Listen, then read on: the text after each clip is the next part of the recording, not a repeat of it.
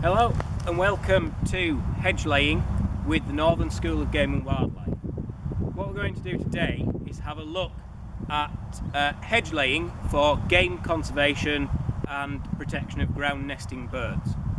So we're based up here in Cumbria at Newtonrig College and we carry out a style of hedging called Westmorland and Lancashire hedging.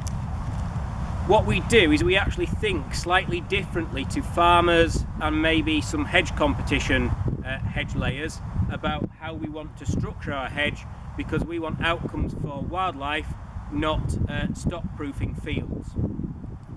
So within the style, what we need to understand first of all is how a tree grows. And using this bit of brash, let's have a think about how a tree works. So underneath the tree, in the ground, we normally have roots whose job is to absorb water and to absorb nutrients that are dissolved in that water. We have a stem, which is basically a bundle of tubes which transports water and nutrients up the stem to get the leaves, at the end of the branches. And the way this tree gets the water with the dissolved nutrients from the roots is to evaporate water from its leaves. And when the water evaporates from its leaves, it essentially sucks water up the tree stem to bring the nutrients up and to make the leaves live. So when we lay a hedge, what we've always got to think about is, one, how do we maintain that evapotranspiration cycle of sucking water up from the roots to the leaves? Because it only works when the leaves are higher than the roots. The other thing we need to think about is in the stem of the tree, basically what happens is the only layer of that tree that's living is the outer layer just underneath the bark. The heartwood actually dies and forms a bundle of dead tubes that still allow water movement but eventually rot away.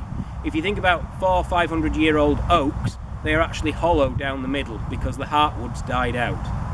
So what we've got to do is maintain the flow of sap from the roots to the leaves.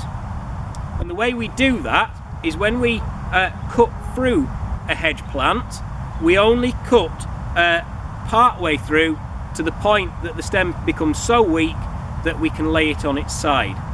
What we must always maintain is a layer of living bark, usually underneath the cut, that allows the roots to still be connected to the buds and leaves at the top.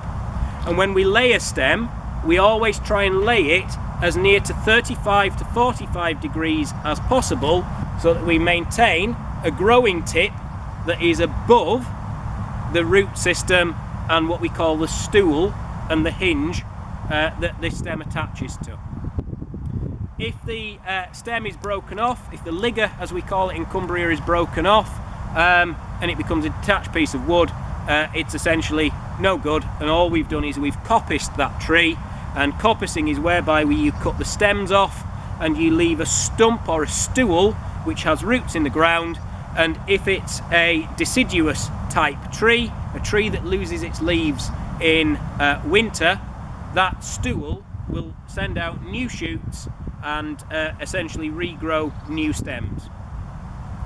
And actually, in some hedges, we may want to coppice stools, because sometimes the hedge plants can get so woody and old and that much rot in their stem that it's in the ligger that it's time to cut that old decaying wood away and let new shoots come through.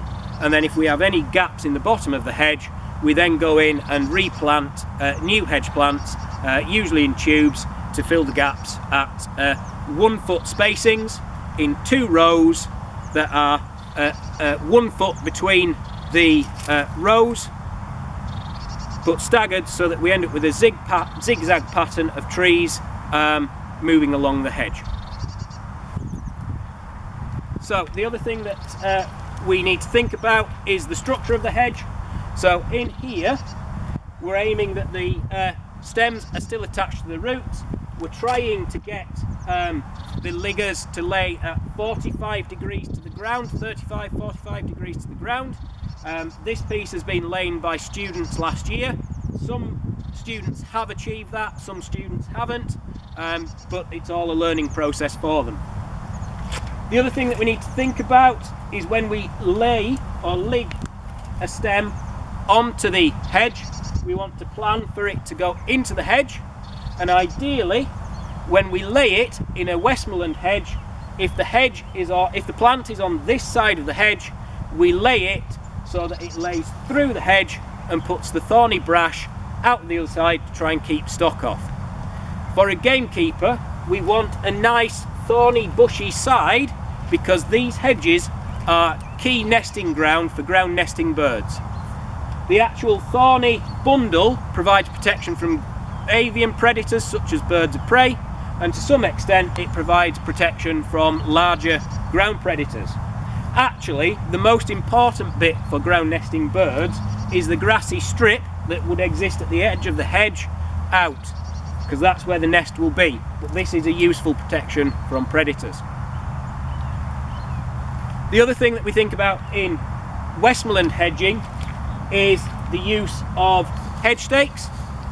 Unlike southern and Midland styles, we use a double row of stakes. So we have one row of stakes on this side of the hedge pushing the bundle in, and on the opposite side of the hedge we have another stake pushing the other side of the hedge in. What we'd normally do is stagger them so they're roughly 6 foot apart on opposite sides, and the aim is to knock the stake down into the bundle, and so that we can weave the liggers around the stakes to hold them up at 45 degrees and to stop any livestock or any movement pushing the hedge out. The other thing that we'll be thinking about around laying a hedge is protecting it. Traditionally, hedges would be laid so that the thorns protected the inner shoots, so we should aim to cover the lane stools, so the hinges, with brash, so it makes it hard for sheep and other livestock to access the new regrowth from the stool. Nowadays we tend to rely on fences more, and what we'd normally look to do in a site where we've got grazing either side of the hedge is create a double fence system to protect the hedge from livestock.